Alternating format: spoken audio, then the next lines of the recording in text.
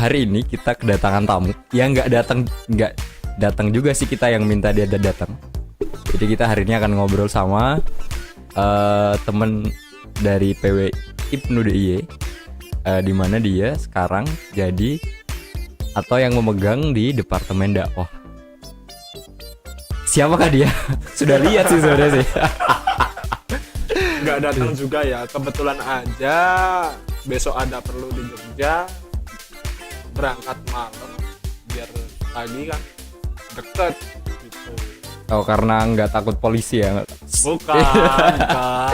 Nggak, soalnya kan kamu kalau naik motor kan bisa kayak bus. Kalau soal kecepatan nggak takut sih, cuman sayangnya saya belum punya sih. Oh. Kemana saja Bapak selama 20 tahun ini? Jadi kita akan ngobrolin soal bagaimana sebenarnya nasib dakwah ke depan, dimana memang pandemi ini membuat kita banyak berubah ya. Iya. Ibnu mau tidak mau harus berubah. Ibnu mau tidak mau harus bertransformasi menjadi Ibnu yang baru. Hampir Kalau- semua. Di semua segmen ya. Hampir semua. Kalau di One Piece tuh kayak ini era baru gitu ya. Setelah perang gitu. Generasi terburuk. Generasi terburuk. Jadi memang mau tidak mau, walaupun kita tidak betul-betul tahu bagaimana kemudian Ibnu nanti akan berubah. Ya. Ini pasti membutuhkan rekonsiliasi, membutuhkan diskusi panjang, di mana dari zaman Mbah Tolhah sampai dengan Gus Nahdi, tak pikir belum pernah ada zaman semacam ini ya nggak sih? Iya betul. Jadi kalau seperti pandemi mungkin dari dulu udah ada ya.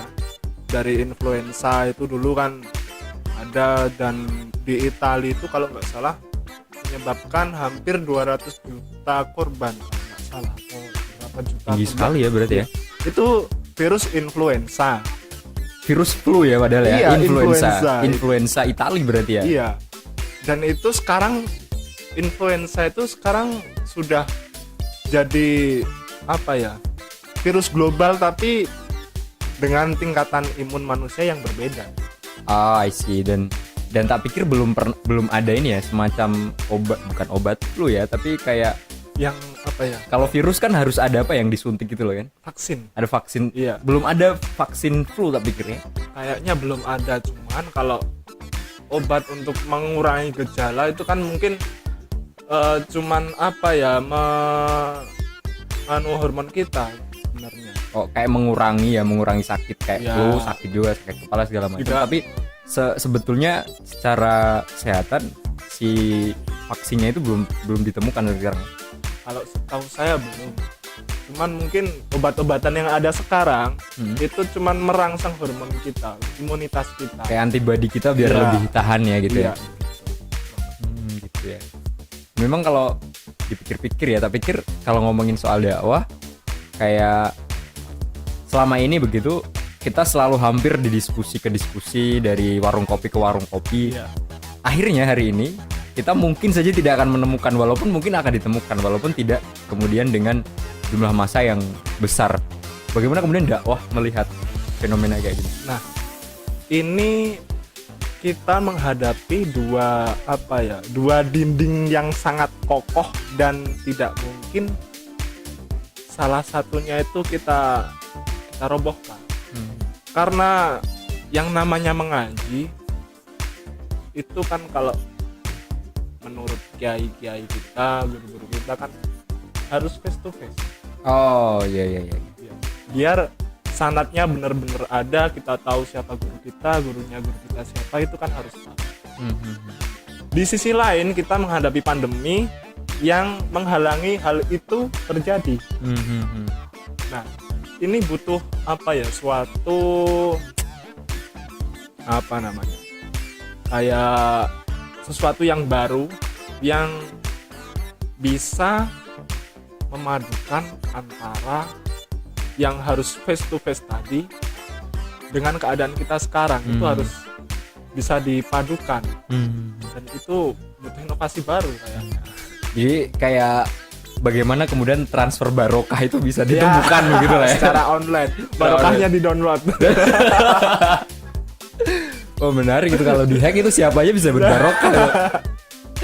Jadi memang kayak ini fenomena baru, dua dinding ini yang kemudian harus kita baca betul-betul biar dakwah kemudian bisa tetap ada unsur barokahnya, tapi kemudian tidak meninggalkan kesehatan yang sekarang tengah kita hadapi ya. Iya, betul. Jadi kalau ya Islam kan berkembang sesuai dengan zaman. Dan kita berhadapan dengan keadaan seperti ini, saya kira ya tidak harus dipermasalahkan lagi antara harus face to face atau tidak. Yang penting kita bukan hanya cari ilmu, cuman baca-baca sendiri, lihat video-video yang beredar, tapi kita harus tahu siapa yang membuat video tersebut, sanad ilmunya gimana, sampai enggak, kira-kira nyambung enggak. Nah, kalau bisa sekarang kan banyak kelas online. Itu yang mungkin bisa menggantikan antara face to face tadi. Oh, I see. Berarti kayak akhirnya kita harus mulai selektif milih tontonan apa yang kita tonton untuk transfer knowledge tadi itu ya. Iya, sekarang kan ya mohon maaf banyak kan orang baru tiba-tiba kita nggak tahu siapa orangnya, ilmunya dari mana, tiba-tiba muncul di YouTube dan itu trending. Itu salah satu kegelisahan yang dirasakan sekarang. Oh, jadi mungkin ya memang betul kayak akhirnya siapa aja berpotensi trending. Iya. Padahal background keilmuannya tidak pernah kita tahu sebelumnya. Betul, mungkin siapa ya. saja bisa jadi ustadz. Iya bener ya. Bermodalkan kamera dan mix semacam ini ya. Asalkan dia bisa menggait hati para pemuda, udah trending, dia bakal jadi ustadz. I see. Ngeri juga ya sekarang ya. Iya. Itu yang dihadapi pemuda-pemuda dari NU sekarang. Dari Seberang kan udah dari dulu ya, kita akui kita kalah start, dan mungkin kesadaran bermedia kita kurang. Wah, ini harus pelajaran nih buat teman-teman media nih.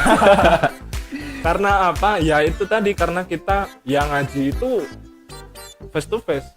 Kalau secara NU kan ngaji itu face to face, nggak bisa cuma nonton YouTube. Dan akhirnya ya itu benar, tapi efeknya kita meninggalkan media. Oh, iya. Iya, begitu. Jadi media sekarang dikuasai teman-teman sebelah ya.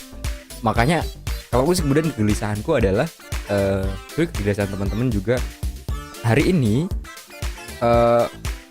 ilmu atau mungkin pelajaran atau ilmu agama atau dan ilmu-ilmu lain itu kita bisa gampang sekali mendapatkan, kayak nggak lagi minum dari gelas tapi dari laut sekalian bisa.